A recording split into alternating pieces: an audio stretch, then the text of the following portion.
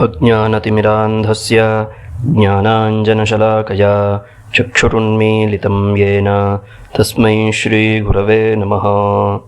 सर्वेभ्यो नमांसि।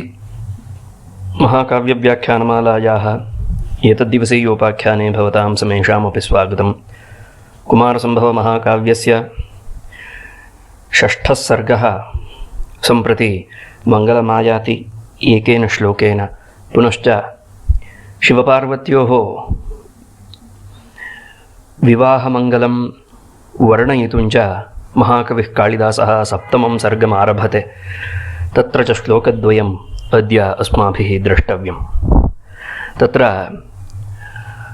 सप्तर्षिभिः हिमालयेन सह यः खलु संवादः सञ्जातः तस्य सङ्ग्रहं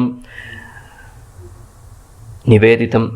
तन्निवेदनानन्तरं 3 दिनानि अतीत्य चतुर्थे अहनि पार्वतीपरमेश्वरयोः विवाहमङ्गलं सम्पत्स्यते इति विषयः निर्णीतः। तत्र पशुपतिरपि तान्यहानि कृच्छ्रात् अगमयदद्रिसुता समागमोत्कः कमपरमवशं न विप्रकुर्युः विभुमपि तञ्यदमी स्पृशन्ति भावाः इति महाकविवचनम्। पशुपतिः अपि पशूनां पतिर्भूत्वापि इत्यर्थः। तत्र ब्रह्मादयो जगति जीवगणास्तृणान्ताः सर्वे विमोहितधियः पशवः प्रदिष्टाः। तेषामभूदधिपतिः शिव एक एव तस्माद्विदुः पशुपतिं परमेश्वरं तम् इति शैवागमे उक्तं। तस्मात् समस्तजगताम् अधिपतिः प्रभुः तादृशः परमेश्वरः अपि एवं समस्तजगताम् अधिपतिर्भूत्वापि सन्नपि तानि 3 दिनानि कृच्छ्रात् अगमयत्। कृच्छ्रात् यथा कथञ्चित् कष्टेन इत्यर्थः। अगमयत् अर्थात् अतिवाहयामास, अत्यवाहयत् इत्यर्थः। 3 दिनानि कथमपि तेन यापितानि इत्यर्थः परमेश्वरेण। कीदृशः पशुपतिः इति चेत् अद्रिसुता समागमोत्कः। अद्रिः हिमालयः, तस्य सुता पार्वती। अद्रिसुतायाः समागमे उत्कः उत्सुकः इत्यर्थः। तत्र परमेश्वरस्यापि औत्सुक्यं प्रतिपादितम्। अनेनैव औत्सुक्यभावेन अग्रे वक्ष्यमाणं वाक्यं सङ्गच्छते परमेश्वरे। तत् कथयति महाकविः। अमीभावाः एते खलु औत्सुक्यादयो भावाः शृङ्गारोचिताः, सामान्यजनोचिताः, लौकिकाः ये खलु ये भावाः सन्ति, ते भावाः विभुमपि यत् स्पृशन्ति। यदि नाम विभुमपि प्रभुं परमेश्वरमपि चेत् स्पृशन्ति, यः खलु मायातीतः तमपि यत् यस्माद्धेतोः एते भावाः स्पृशन्ति। यदि परमेश्वरस्यापि औत्सुक्यादयो भावाः भविष्यन्ति चेत् कम् अपरम् अवशं न विप्रकुर्युः अमीभावाः। अपरं कं न विप्रकुर्युः। कीदृशम् अपरं कम्? अपरम् अर्थात् अन्यं कं पुरुषं न विप्रकुर्युः इति चेत् तत्र कीदृशम् इति चेत् अवशम्, इन्द्रियादिवशरहितं, मनोनिग्रहरहितं जनं न विप्रकुर्युः किम् इति चेत् नूनमेव अवश्यमेव एते भावाः सामान्यलोकान् विप्रकुर्वन्त्येव इति अभिप्रायः। यदि खलु एते औत्सुक्यादयो भावाः परमेश्वरमेव विप्रकुर्वन्ति, तर्हि किमु वक्तव्यं यत् सामान्यं लोकम् एते न विप्रकुर्वन्ति इति किमु वक्तव्यम्? अर्थात् नूनमेव विप्रकुर्वन्ति इत्यर्थः। कम् अपरम् अवशं न विप्रकुर्युः विभुमपि तं यदमी स्पृशन्ति भावाः। परमेश्वरमपि एते भावाः न त्यजन्ति इति अर्थः। अनेन श्लोकेन वक्ष्यमाणस्य सम्भोगस्य प्राणप्रदत्वेन अभिलाषविप्रलम्भो दर्शितः इति प्रकाशिकाकाराः आहुः। अग्रे वक्ष्यमाणं सर्गद्वयमपि एकेनैव श्लोकेन समागमम् एष्यति, संयोगमेष्यति इत्यर्थः।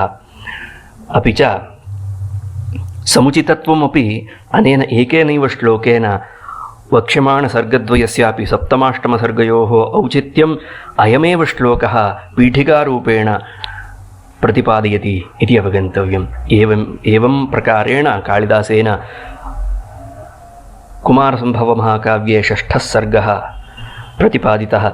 सप्तमे सर्गे आरभते अथौषधीनामधिपस्य वृद्धौ तिथौ च जामित्रगुणान्वितायां समेतबन्धुर्हिमवान् सुतायाः विवाहदीक्षा विधिमन्वतिष्ठत् इति।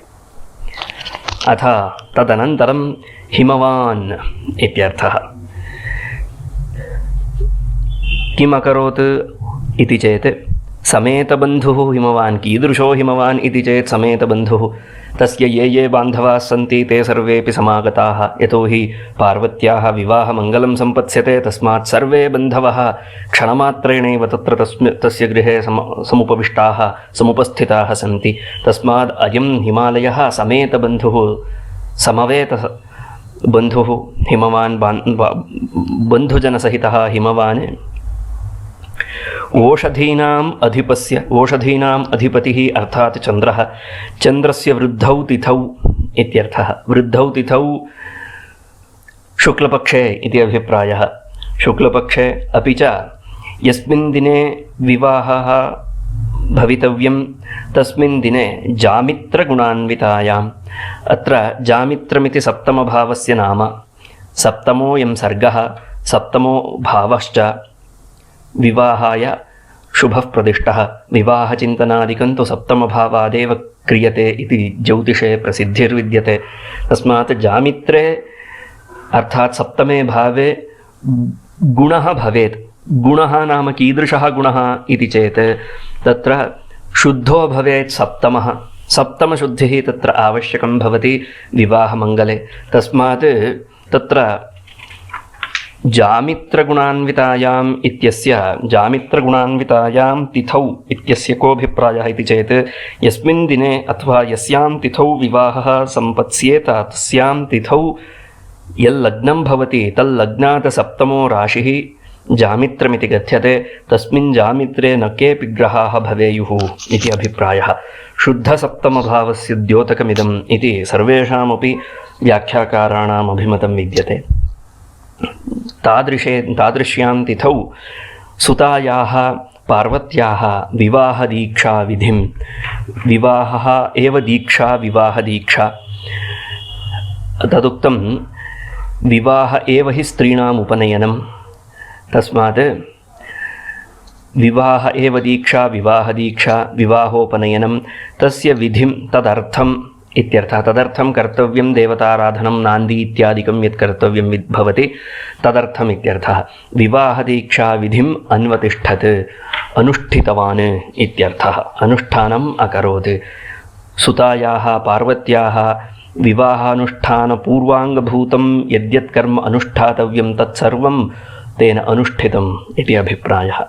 पुनश्च कथयति वैवाहिकैः कौतुकसंविधानैः गृहे गृहे व्यग्रपुरन्ध्रिवर्गम् आसीत् पुरं सानुमतोऽनुरागात् अन्तःपुरञ्चैककुलोपमेयम् इति। सानुमतः, सानुमान् अर्थात् पर्वतः। सानुमतः इत्यनेन अत्र हिमालयो ग्राह्यः। सानुमतः पुरम् अर्थात् तस्य राजधानी हिमालयः। पुनश्च अन्तःपुरं तस्य अन्तःपुरम् एककुलोपमेयम् आसीत् इत्यर्थः। एककुलोपमेयम् अर्थात् एकेनैव कुलेन उपमातुं शक्यम् इव आसीत्।